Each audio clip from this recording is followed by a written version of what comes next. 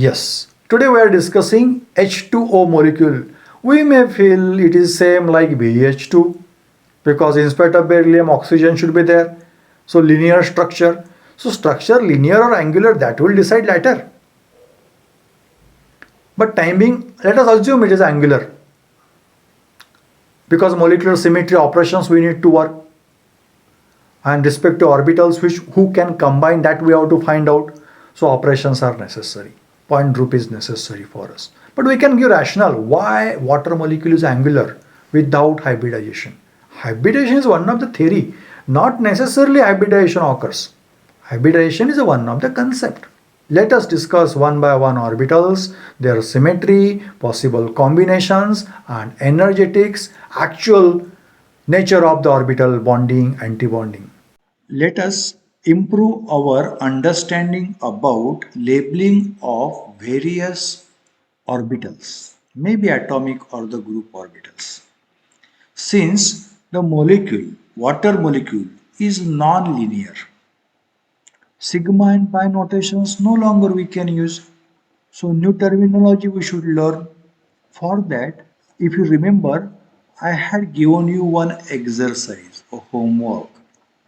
Consider all orbitals on oxygen, say 2s, 2px, 2py, 2pz, and perform all operations possible for C2b point group. That was a point group for water molecule.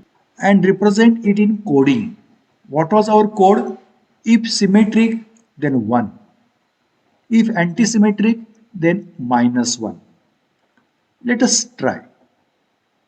S orbital. S orbital means a sphere with wave function positive or negative. Perform identity operation on S. Will there any change? No. So below identity write 1. Perform C2 operation. Rotate that sphere by 180 degree. Will there be any change in the phase? No. So write 1. Perform reflection through XZ plane. XZ plane means our molecular plane. Will wave function change? No, it will remain positive or negative as it was. Perform sigma yz operation, a reflection through a plane perpendicular to molecular plane. There is no change.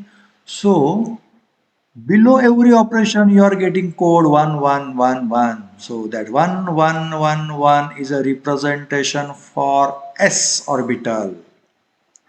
Similarly, think about pz orbital. How is our pz orbital? Up down. Consider upside positive lobe, downside negative lobe. Perform identity operation. No change. Give code 1. Perform C2 operation. Rotate that pitchhead orbital by 180 degree.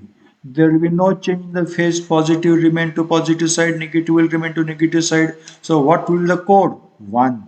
Perform sigma xz reflection. Reflection through molecular plane. Positive will remain to positive, negative will remain to negative. Again, the 1 will be the answer for code. Perform sigma yz reflection.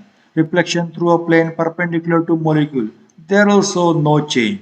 So as was the case of s orbital, here also we are getting coding 1 1 1 1 for all operations under C2V point group. Therefore, by purple color, pale purple color or pink color, I represented for that coding S or PZ orbital.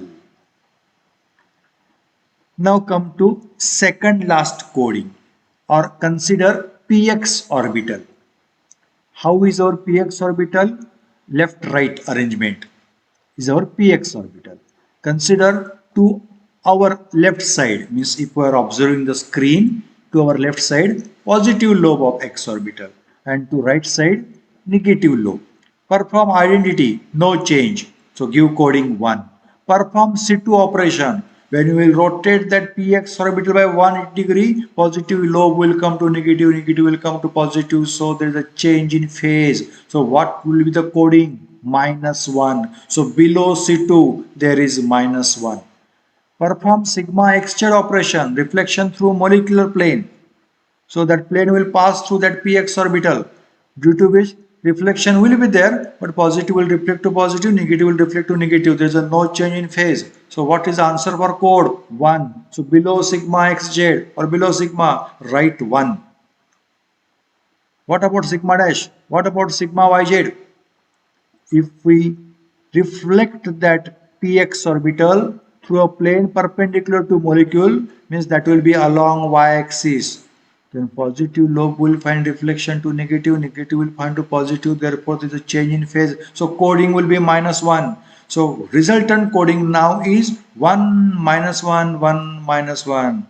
Which orbital it represents? Px orbital. Similarly, firstly I express py orbital. Py orbital is how towards your side and away from the screen. In front of screen and away from the screen. Perform identity, no change. Perform C2, change, so -1. Perform sigma xz, molecular plane, the change will be there, -1. Perform reflection through plane perpendicular to the molecule, no change, so 1. So in result, 1 -1 -1 1 is a representation for py orbital. So that coding is representing respective orbitals. We understood coding, but we don't know labeling. So how to label? So for labeling, the Mulliken suggested few things. Those I informed to you. First thing is dimension. Dimension means below identity what your number comes. No, if is a 1, then A or B symbol we have to use. Singlet. If 2 means 2-dimensional, then E. If 3-dimensional, then T. But here there's no need to go in detail. Timing, remember, if 1, then A or B. That we have to use. But when A and when B, that I inform to you.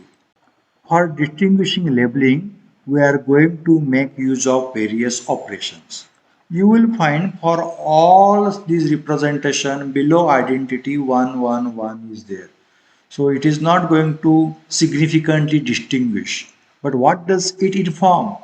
The label can be A or B. Then how to decide A or B? Ask the question to C2 operation. If it is symmetric, then A. If antisymmetric, then B. Symmetric means 1. Antisymmetric means -1. See the first representation. For C2 operation, it is symmetric. So we have used A. Second representation, symmetric. So used A. Third representation, anti-symmetric. Therefore, label is B. Last representation, anti-symmetric for C2 operation. Therefore, label is B. So what happened now?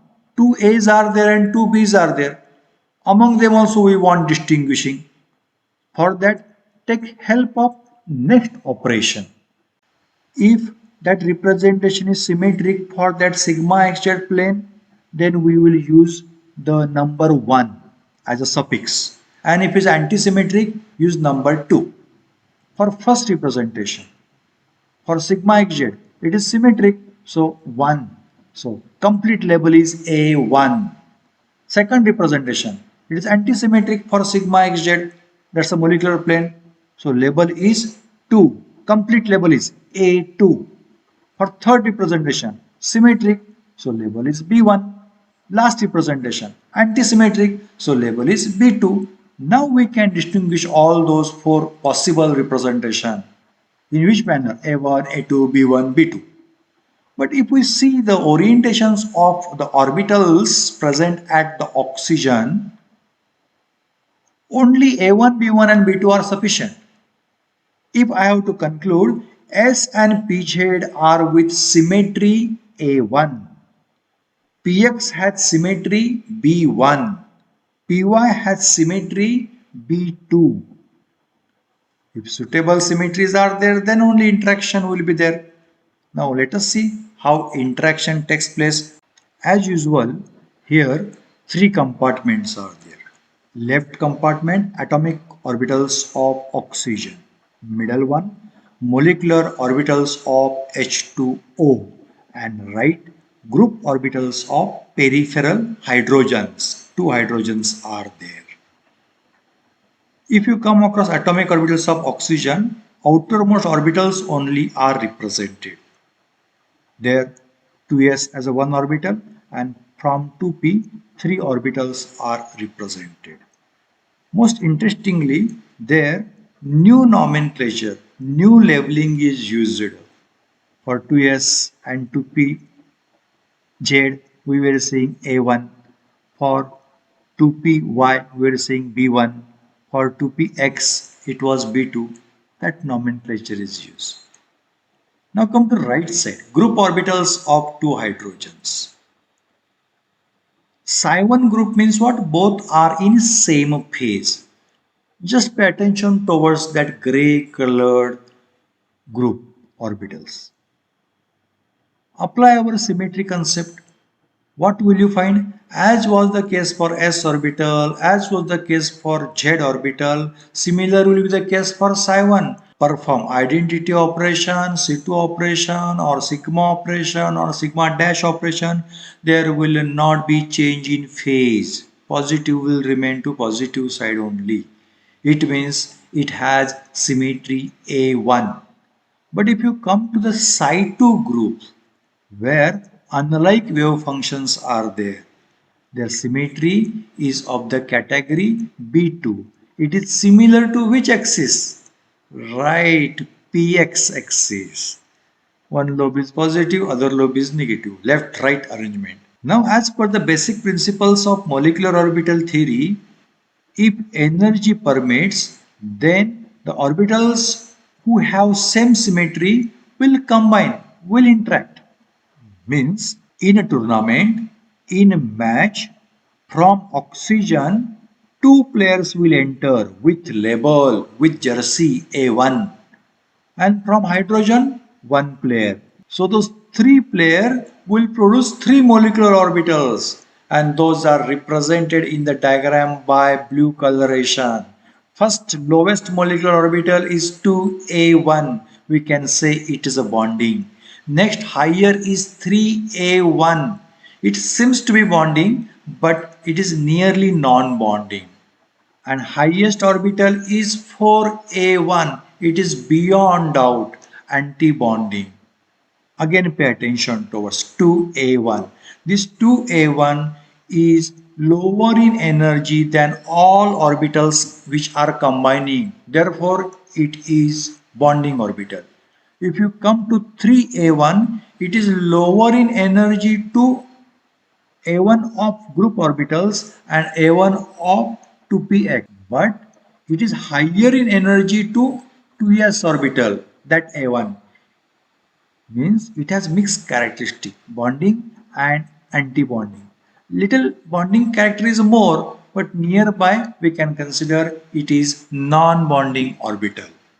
If you come to the higher orbital, higher blue color orbital, 4a1, it is higher in energy to all orbitals which are combining. So beyond doubt, it is anti-bonding orbital. Is the categorization of the orbitals clear? Now come to the next kind of the combination. 2px orbital from the oxygen which has symmetry B2 can interact with psi2 group from the two hydrogens, peripheral hydrogens, which also has a symmetry B2. So two B2s will combine. Two players are there, one player from oxygen, one player from hydrogen. So two players will produce two molecular orbitals. One is bonding and one is anti-bonding, and in MO diagram you will find bonding orbital as 1b2 and higher anti-bonding orbital as 2b2. Here beyond doubt that B2, 1b2 is lower in energy, so bonding, and 2b2 is higher energy, so it is anti-bonding. Now one orbital is left which is on the oxygen, about which we had not discussed because no suitable match was there. No suitable symmetry orbitals or group orbitals were available. Which was that orbital? Right, 2py orbital. By gray color it is represented. See, its symmetry is B1. It's the first orbital. So label is 1b1. Because of absence of no suitable orbital to interact, this orbital will remain perfectly non-bonding. Here, which your orbitals I represented, How many bonding orbitals are there? 2. Which are those? 2a1 and 1b2. How many non-bondings are there? 3a1 and 1b1. And how many anti-bondings are there? 2, 4a1 and 2b2. Now let us distribute electrons from oxygen from 2s and 2p orbitals. How many electrons will come? 6 electrons. And from 2 hydrogens which are at periphery, 2 electrons. So total 8 electrons I need to distribute in present molecular orbitals. Simple distribution. 2 electrons in each lower molecule.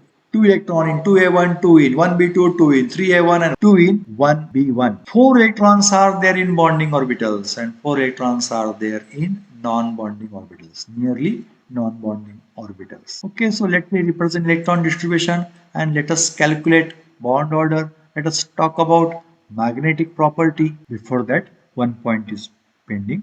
Energy arrow should be there in this MO diagram.